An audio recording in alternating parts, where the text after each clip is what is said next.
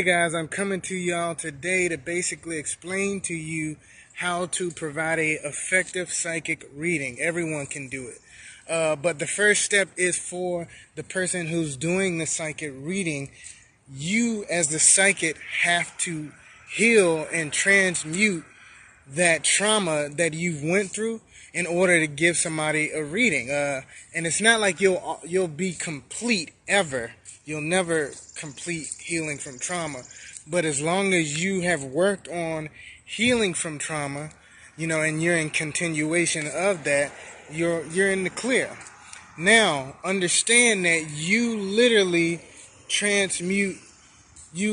pull in the energy of that person that you are doing the reading for.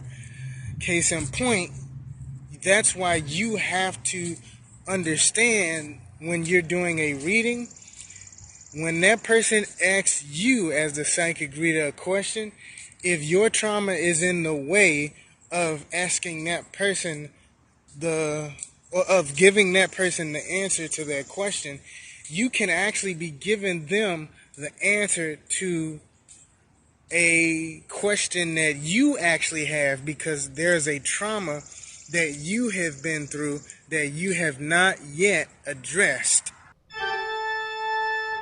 This is a part 2 of how to do psychic readings 101. Since you have grasped the idea of knowing that you have to heal from trauma so that you are not projecting your energy onto the person's answer from your subconscious mind, you are actually to then allow whatever answer it is that you receive from the question that person have, allow that answer to just flow through you. Please do not overthink when you receive the answer. You may hear a voice, you may smell something, you may see something. Picture that. That's the main thing. And it may not even pop up physically. With some people it does, but it may pop up in your head, aka in the sense of it may pop up in your third eye. And you also may feel something. And when you feel whatever it is that you feel, you'll actually know what it is that you feel, because you'll be able to express what it is, because it's not an expression that you made up. It's you simply being asked a question and you simply receiving that answer. Hey guys, this is how to do a psychic reading 101, part 3. When you do a psychic reading, it is possible for you to actually ask yourself questions about that person while you're tapped into that person's energy, your client's energy. And that's what I mean by that. You basically, for example, guys, there was this woman who, she's the mother of a friend that I know. I was doing a psychic reading for her. Out of her mouth, she asked me a question. I gave her an answer to that, but I wanted her to also realize the information that I was giving her was actually coming from a place of spirit. So I asked myself a question about her in my head. I didn't say it out loud. I said, what was the most recent purchase that this woman purchased? So a green purse popped up in my head, just randomly. I thought of a green purse randomly. But guys, I want you to realize nothing is random when it comes to spirit. When you ask yourself a question, you'll get an answer. So that being said, I told the woman, hey, recently you were looking at a green purse, correct? And she said, get the fuck out of here. How did you know that? And I was like, yeah, well, I just trust in my spirit. Hey guys, this is how to do a psychic reading 101, part 4. When you do a psychic reading, please realize, psychic readers, that your job is to stabilize your energy so that you are not pulling from your client. I've had a lot of experiences in the past when I was first starting out where I would go to readers, psychic readers, and I would feel tired during the first few minutes of them tapping into my energy, and I would express that to them and they wouldn't know what I'm talking about.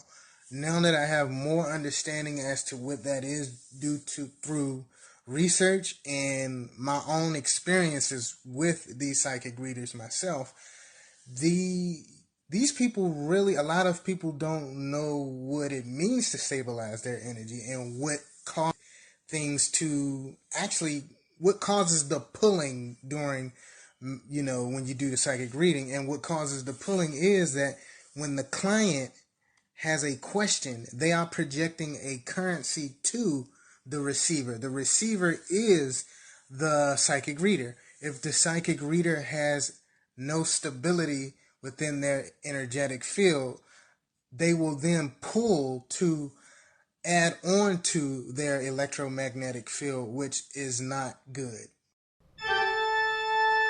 Hey guys, this is how to do a psychic reading part 5. Also guys, another reason why you should not, got my taco meat now.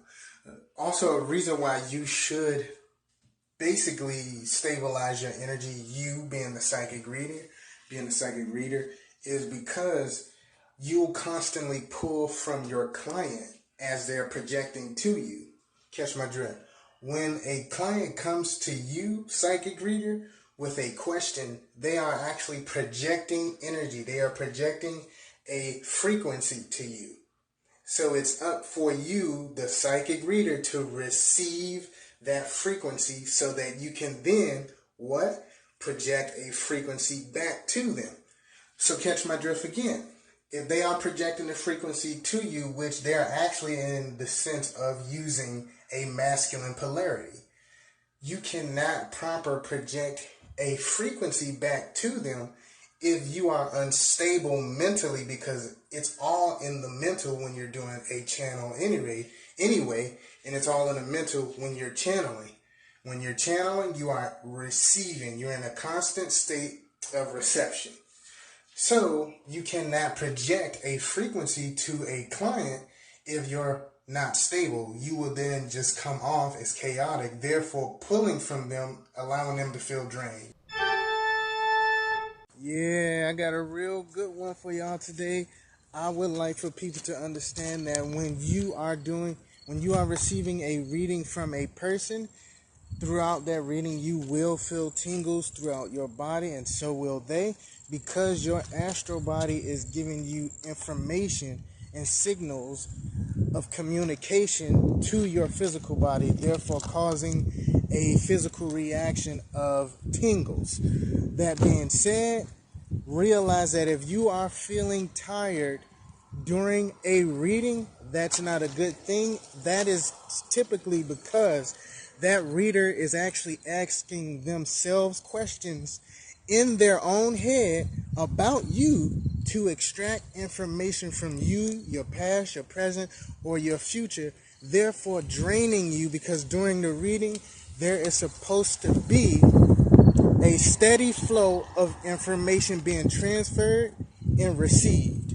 That being said, the questions that you ask them are the only answers that's supposed to be received is from the question you directly ask them, instead of them actually asking themselves questions about you while they are tapped into your energy, therefore making you tired.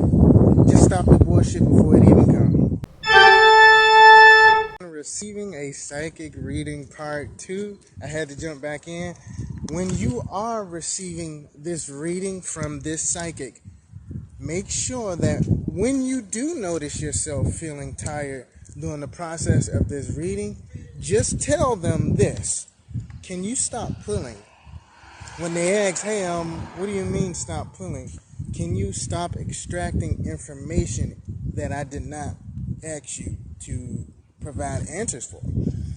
And if they pretty much kind of give you a weird energy or attitude, automatically just stop the reading or ask to stop the reading, because that means that this person is literally trying to drain you of energy, but that energy is actually being drained during the process of you opening your portal, aka you opening yourself up to receive answers from a person who actually is open as well. They are open just as well as you are, and you guys are transferring information. Supposedly, you are supposed to be transferring energy to each other just by the simple process of you asking questions and you actually receiving the answer to the question that you ask. That's an energy transfer.